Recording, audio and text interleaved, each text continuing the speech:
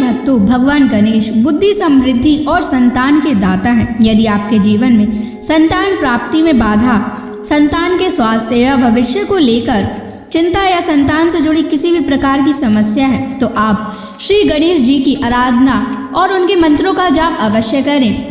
भगवान गणेश के मंत्रों का नियमित 108 बार जाप करने से आपके पुत्र पर बने हुए सारे संकट एक बार में ही खत्म हो जाएंगे और आपके पुत्र पर भगवान गणेश की असीम कृपा बनी रहेगी। इसलिए आज हम आपको भगवान गणेश का एक ऐसा चमत्कारी और प्रभावशाली मंत्र बताने जा रहे हैं, जिस मंत्र के नियमित 108 बार जाप करने से आपका पुत्र हमेशा खुश रहेगा और उसका स्वास्थ्य हमेशा अच्छा बना रहेगा।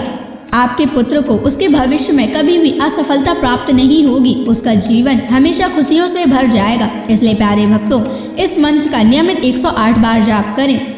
यह गणेश जी का अचूक मंत्र है, इसलिए इस मंत्र का नियमित 108 बार जाप करें। यदि आप इस मंत्र का नियमित 108 बार जाप करने में असफल हैं, तो आप इस वीडियो को अपने मोबाइल फ़ोन पर या स्पीकर पर चलाकर नियमित सुनें।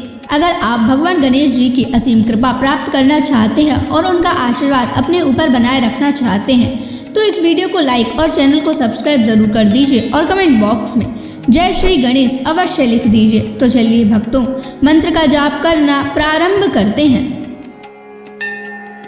ओम ग्लौम गम गणपतये सर्वदुष्ट ग्रहे बाधा विनाशाय स्वाहा। ओम ग्लौम गम गणपतये सर्वदुष्ट ग्रहे बाधा विनाशाय स्वाहा। ओम ग्लौम गम गणपतये सर्वदुष्ट ग्रहे बाधा विनाशाय स्वाहा।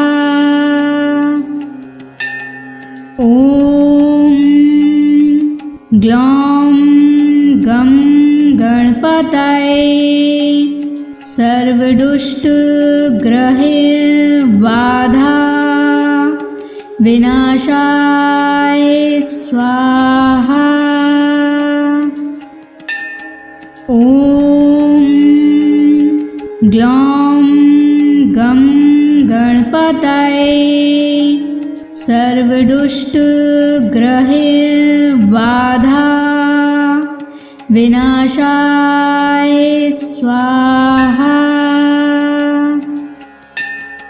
ओम ग्लौम गम गणपतये सर्वदुष्ट ग्रहे बाधा विनाशाय स्वाहा। ओम ग्लौम गम गणपतये सर्वदुष्ट ग्रहे बाधा विनाशाय स्वाहा। ओम ग्लौम गम गणपतये सर्वदुष्ट ग्रहे बाधा विनाशाय स्वाहा। ओम ग्लौम गम गणपतये सर्वदुष्ट ग्रहे बाधा विनाशाय स्वाहा।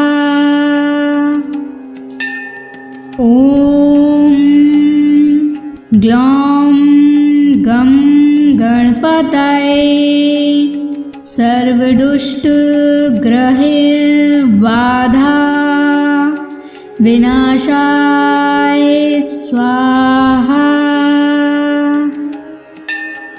ओम ग्लौं गं गणपतये सर्वदुष्टग्रहबाधा विनाशाय स्वाहा।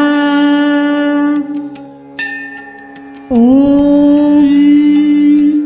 ग्लौं गं गणपतये सर्वदुष्टग्रहबाधा विनाशाय स्वाहा। ॐ ग्लौं गं गणपतये सर्वदुष्टग्रहबाधा विनाशाय स्वाहा। ॐ ग्लौं गं गणपतये सर्वदुष्टग्रहबाधा विनाशाय स्वाहा। ॐ ग्लौं गं गणपतये सर्वदुष्टग्रहबाधा विनाशाय स्वाहा। ॐ ग्लौं गं गणपतये सर्वदुष्टग्रहबाधा विनाशाय स्वाहा। ॐ ग्लौं गं गणपतये सर्वदुष्टग्रहबाधा विनाशाय स्वाहा। ॐ ग्लौं गं गणपतये सर्वदुष्टग्रहबाधा विनाशाय स्वाहा। ॐ ग्लौं गं गणपतये सर्वदुष्टग्रहबाधा विनाशाय स्वाहा। ॐ ग्लौं गं गणपतये सर्वदुष्टग्रहबाधा विनाशाय स्वाहा। ॐ ग्लौं गं गणपतये सर्वदुष्टग्रहबाधा विनाशाय स्वाहा। ॐ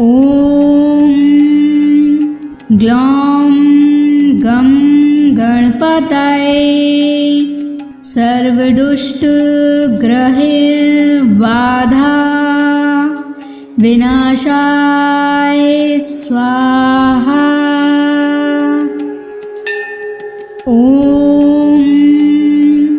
ग्लौं गं गणपतये सर्वदुष्टग्रहबाधा विनाशाय स्वाहा।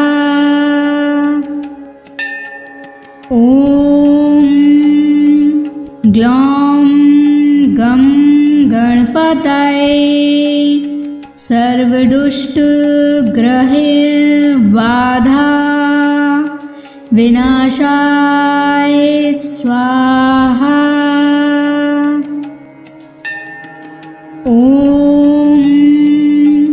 ग्लौं गं गणपतये सर्वदुष्टग्रहैर्बाधा विनाशाय स्वाहा।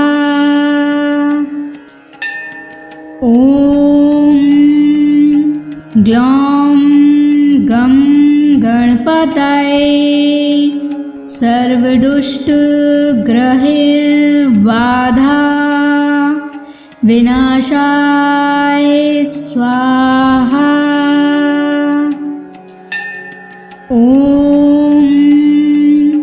ग्लौं गं गणपतये सर्वदुष्टग्रहैर्बाधा विनाशाय स्वाहा।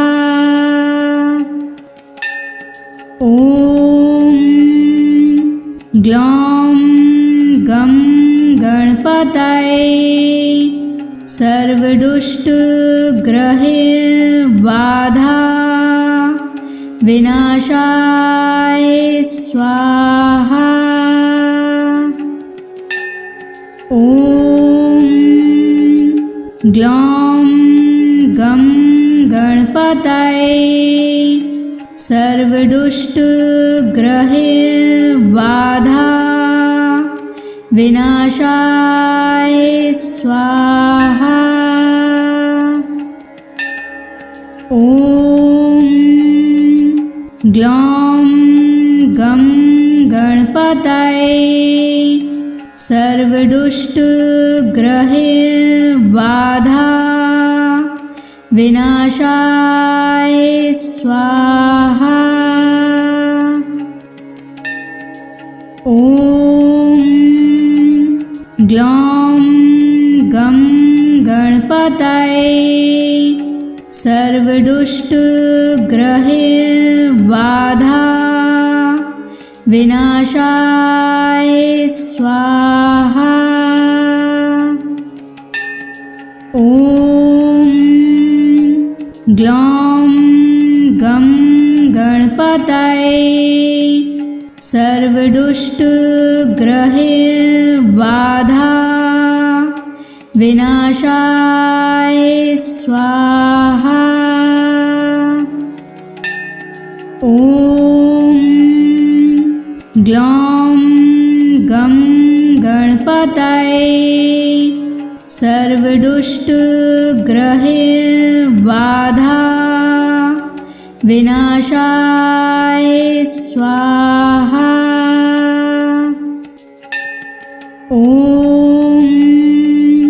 ग्लौं गं गणपतये सर्वदुष्टग्रहैर्बाधा विनाशाय स्वाहा। ॐ ग्लौं गं गणपतये सर्वदुष्टग्रहैर्बाधा विनाशाय स्वाहा। ॐ ग्लौं गं गणपतये सर्वदुष्टग्रहैर्बाधा विनाशाय स्वाहा। ॐ ग्लौं गं गणपतये सर्वदुष्टग्रहैर्बाधा विनाशाय स्वाहा। ॐ ग्लौं गं गणपतये सर्वदुष्टग्रहैर्बाधा विनाशाय स्वाहा। ॐ ग्लौं गं गणपतये सर्वदुष्टग्रहैर्बाधा विनाशाय स्वाहा। ॐ ग्लौं गं गणपतये सर्वदुष्टग्रहबाधा विनाशाय स्वाहा। ॐ ग्लौं गं गणपतये सर्वदुष्टग्रहबाधा विनाशाय स्वाहा। ॐ ग्लौं गं गणपतये सर्वदुष्टग्रहबाधा विनाशाय स्वाहा। ॐ ग्लौं गं गणपतये सर्वदुष्टग्रहबाधा विनाशाय स्वाहा। ॐ ग्लौं गं गणपतये सर्वदुष्टग्रहबाधा विनाशाय स्वाहा। ॐ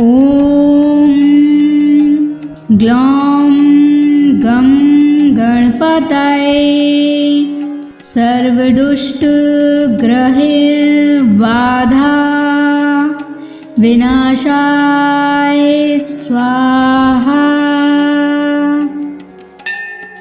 ॐ ग्लौं गं गणपतये सर्वदुष्टग्रहबाधा विनाशाय स्वाहा। ॐ ग्लौं गं गणपतये सर्वदुष्टग्रहबाधा विनाशाय स्वाहा। ॐ ग्लौं गं गणपतये सर्वदुष्टग्रहबाधा विनाशाय स्वाहा। ॐ ग्लौं गं गणपतये सर्वदुष्टग्रहबाधा विनाशाय स्वाहा। ॐ ग्लौं गं गणपतये सर्वदुष्टग्रहबाधा विनाशाय स्वाहा। ॐ ग्लौं गं गणपतये सर्वदुष्टग्रहबाधा विनाशाय स्वाहा। ॐ ग्लौं गं गणपतये सर्वदुष्टग्रहबाधा विनाशाय स्वाहा। ॐ ग्लौं गं गणपतये सर्वदुष्टग्रहबाधा विनाशाय स्वाहा। ॐ ग्लौं गं गणपतये सर्वदुष्टग्रहबाधा विनाशाय स्वाहा। ॐ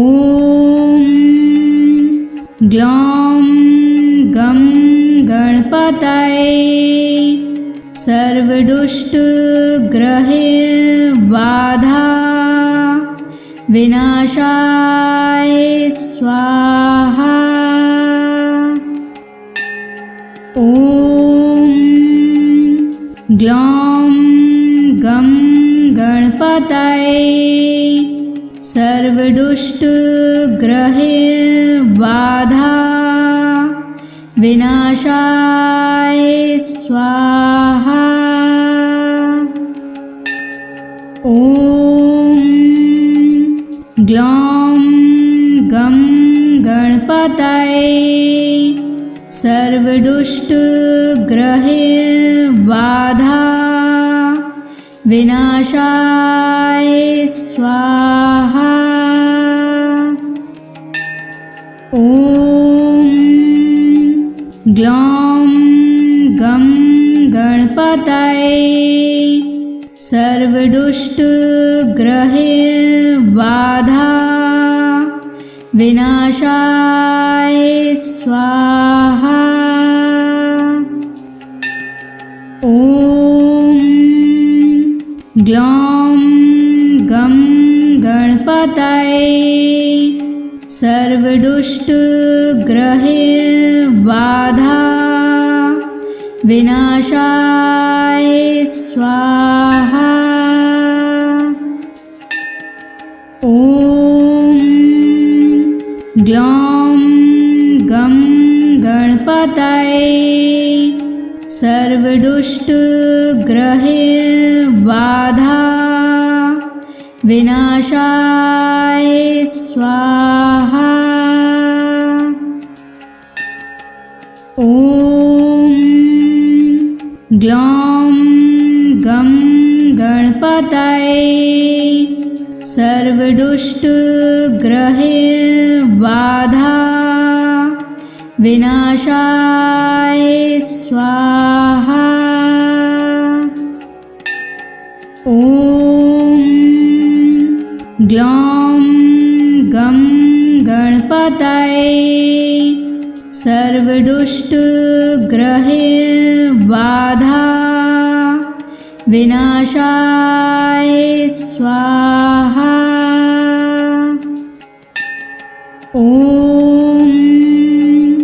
ग्लौं गं गणपतये सर्वदुष्टग्रहबाधा विनाशाय स्वाहा। ॐ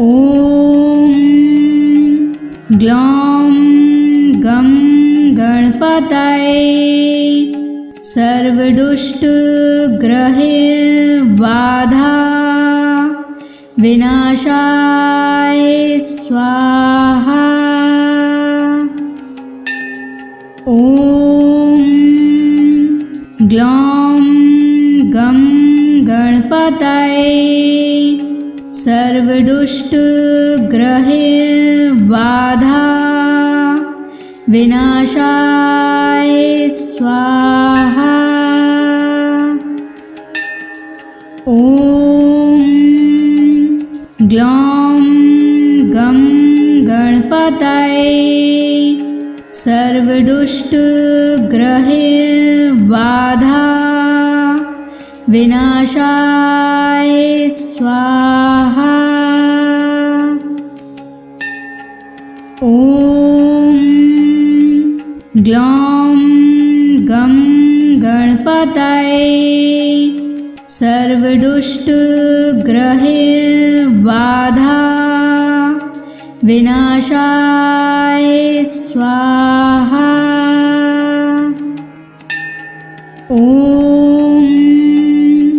ग्लौं गं गणपतये सर्व सर्वदुष्टग्रहैर्बाधा विनाशाय स्वाहा। ॐ ग्लौं गं गणपतये सर्वदुष्टग्रहैर्बाधा विनाशाय स्वाहा। ॐ ग्लौं गं गणपतये सर्वदुष्टग्रहैर्बाधा विनाशाय स्वाहा। ॐ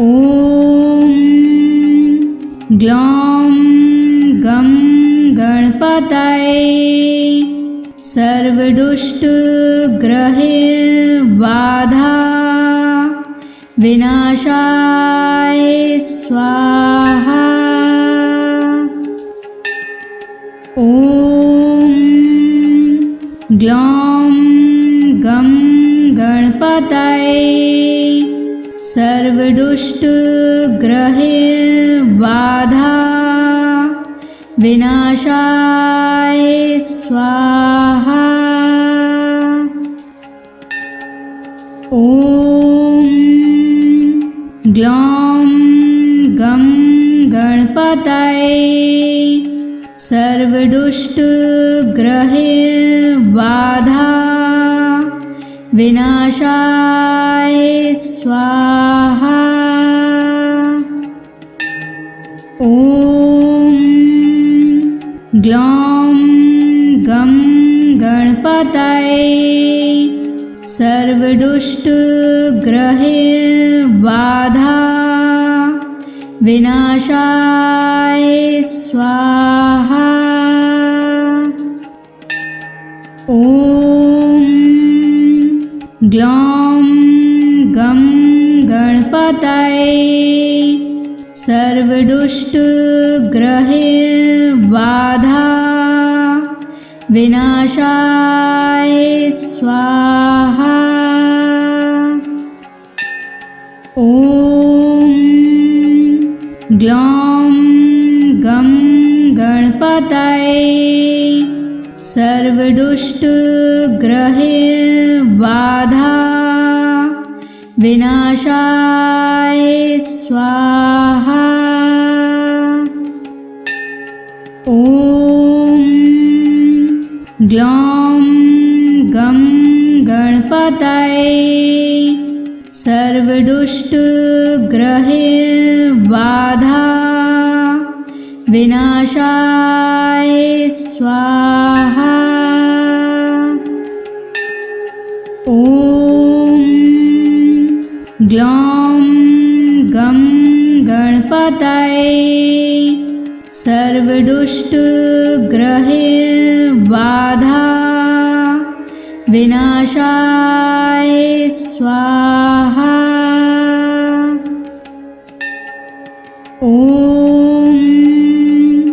ग्लौं गं गणपतये सर्वदुष्टग्रहैर्बाधा विनाशाय स्वाहा। ॐ ग्लौं गं गणपतये सर्वदुष्टग्रहैर्बाधा विनाशाय स्वाहा। ॐ ग्लौं गं गणपतये सर्वदुष्टग्रहैर्बाधा विनाशाय स्वाहा। ॐ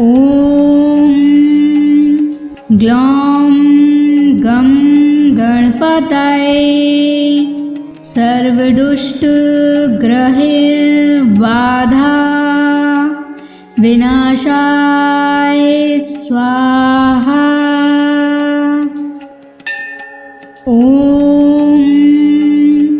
ग्लौं गं गणपतये सर्वदुष्टग्रहबाधा विनाशाय स्वाहा। ॐ ग्लौं गं गणपतये सर्वदुष्टग्रहबाधा विनाशाय स्वाहा। ॐ ग्लौं गं गणपतये सर्वदुष्टग्रहबाधा विनाशाय स्वाहा। ॐ ग्लौं गं गणपतये सर्वदुष्टग्रहबाधा विनाशाय स्वाहा। ॐ ग्लौं गं गणपतये सर्वदुष्टग्रहबाधा विनाशाय स्वाहा। ॐ ग्लौं गं गणपतये सर्वदुष्टग्रहबाधा विनाशाय स्वाहा। ॐ ग्लौं गं गणपतये सर्वदुष्टग्रहबाधा विनाशाय स्वाहा। ॐ ग्लौं गं गणपतये सर्वदुष्टग्रहबाधा विनाशाय स्वाहा। ॐ ग्लौं गं गणपतये सर्वदुष्टग्रहबाधा विनाशाय स्वाहा। ॐ ग्लौं गं गणपतये सर्वदुष्टग्रहबाधा विनाशाय स्वाहा। ॐ ग्लौं गं गणपतये सर्वदुष्टग्रहबाधा विनाशाय स्वाहा। ॐ ग्लौं गं गणपतये सर्वदुष्टग्रहबाधा विनाशाय स्वाहा। ॐ ग्लौं गं गणपतये सर्वदुष्टग्रहबाधा विनाशाय स्वाहा। ॐ ग्लौं गं गणपतये सर्वदुष्टग्रहबाधा विनाशाय स्वाहा। ॐ ग्लौं गं गणपतये सर्वदुष्टग्रहैर्बाधा विनाशाय स्वाहा। ॐ ग्लौं गं गणपतये सर्वदुष्टग्रहैर्बाधा विनाशाय स्वाहा। ॐ ग्लौं गं गणपतये सर्वदुष्टग्रहैर्बाधा विनाशाय स्वाहा। ॐ ग्लौं गं गणपतये सर्वदुष्टग्रहैर्बाधा विनाशाय स्वाहा। ॐ ग्लौं गं गणपतये सर्वदुष्टग्रहैर्बाधा विनाशाय स्वाहा। ॐ ग्लौं गं गणपतये सर्वदुष्टग्रहैर्बाधा विनाशाय स्वाहा। ॐ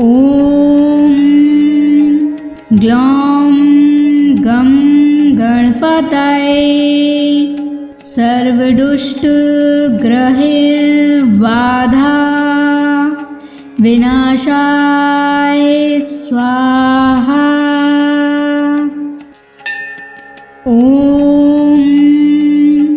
ग्लौं गं गणपतये सर्वदुष्टग्रहैर्बाधा विनाशाय स्वाहा।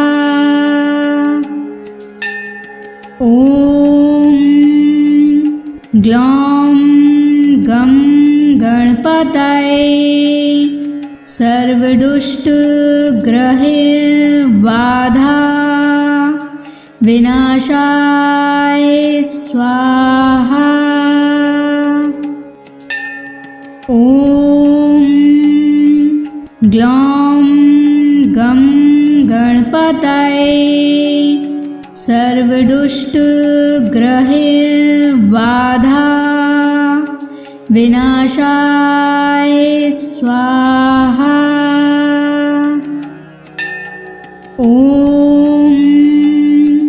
ग्लौं गं गणपतये सर्वदुष्टग्रहैर्बाधा विनाशाय स्वाहा। ॐ ग्लौं गं गणपतये सर्वदुष्टग्रहैर्बाधा विनाशाय स्वाहा। ॐ ग्लौं गं गणपतये सर्वदुष्टग्रहैर्बाधा विनाशाय स्वाहा।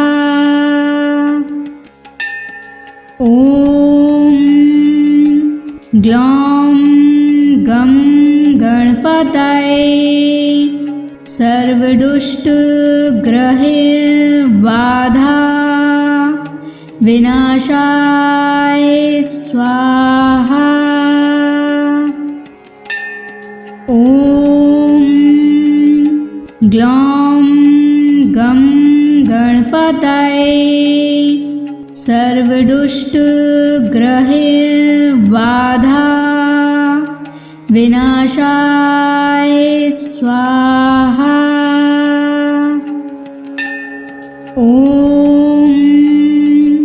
ग्लौं गं गणपतये सर्वदुष्टग्रहबाधा विनाशाय स्वाहा। ॐ ग्लौं गं गणपतये सर्वदुष्टग्रहबाधा विनाशाय स्वाहा। ॐ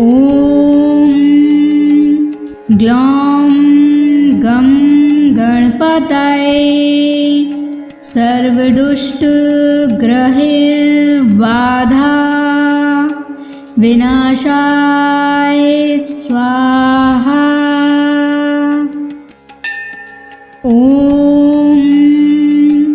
ग्लौं गं गणपतये सर्वदुष्टग्रहबाधा विनाशाय स्वाहा। ॐ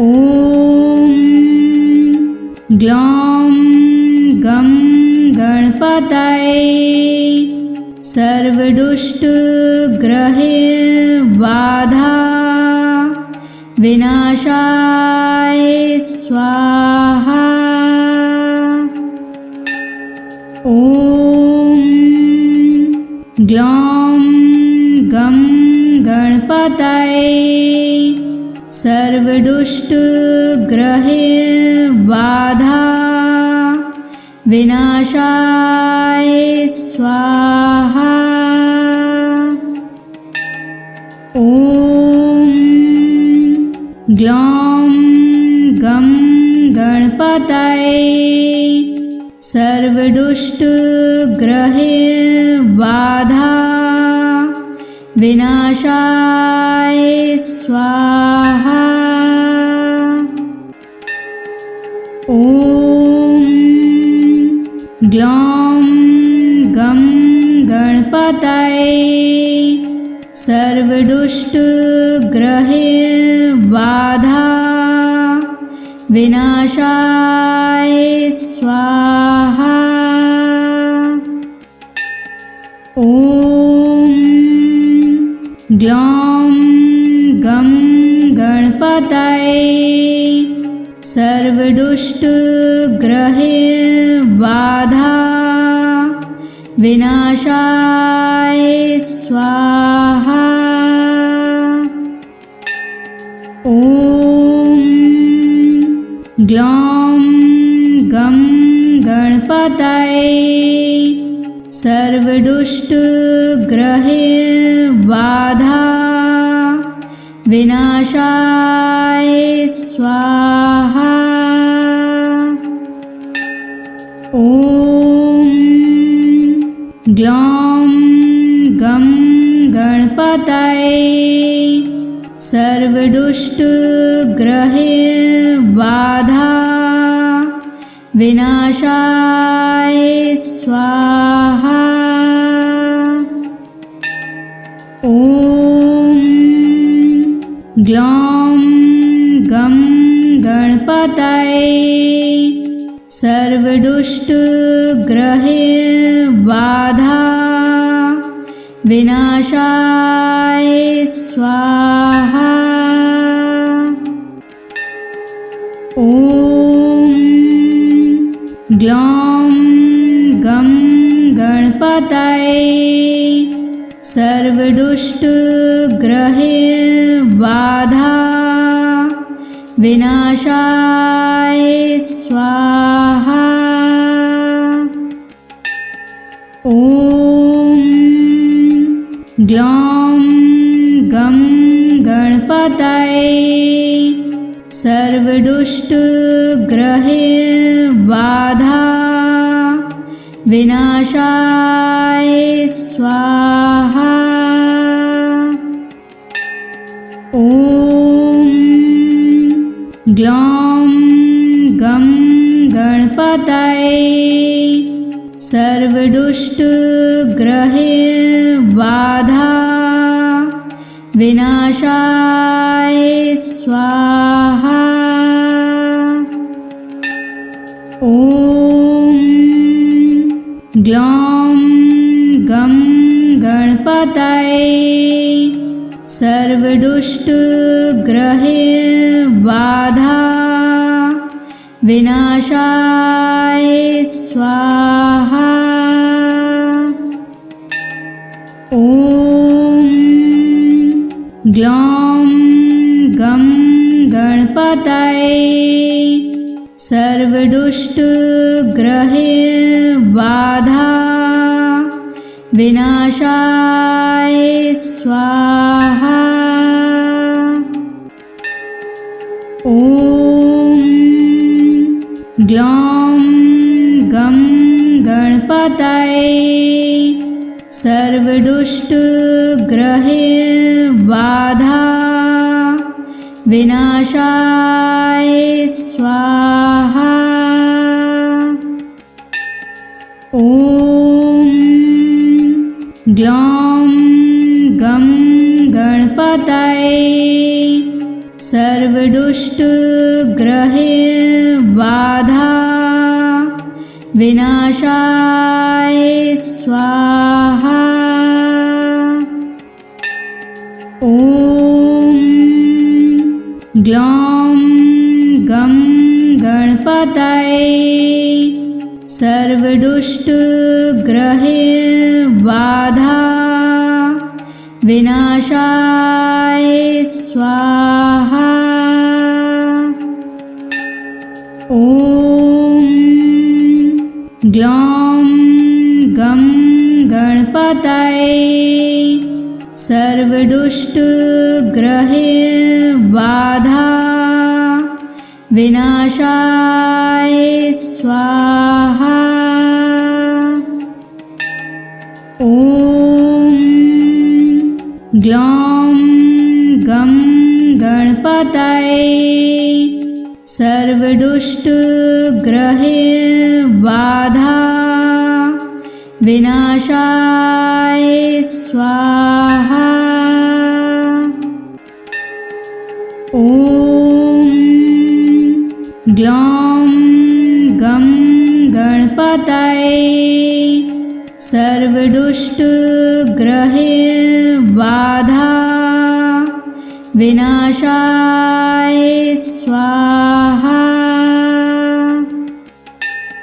ॐ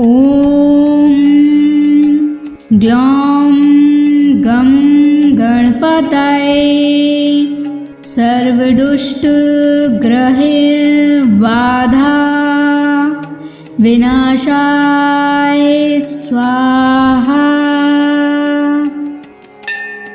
ॐ ग्लौं गं गणपतये सर्वदुष्टग्रहैर्बाधा विनाशाय स्वाहा। ॐ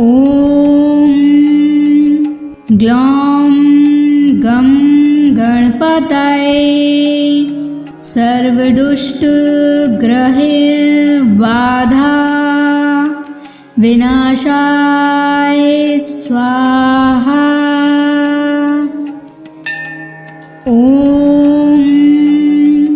ग्लौं गं गणपतये सर्वदुष्टग्रहैर्बाधा विनाशाय स्वाहा।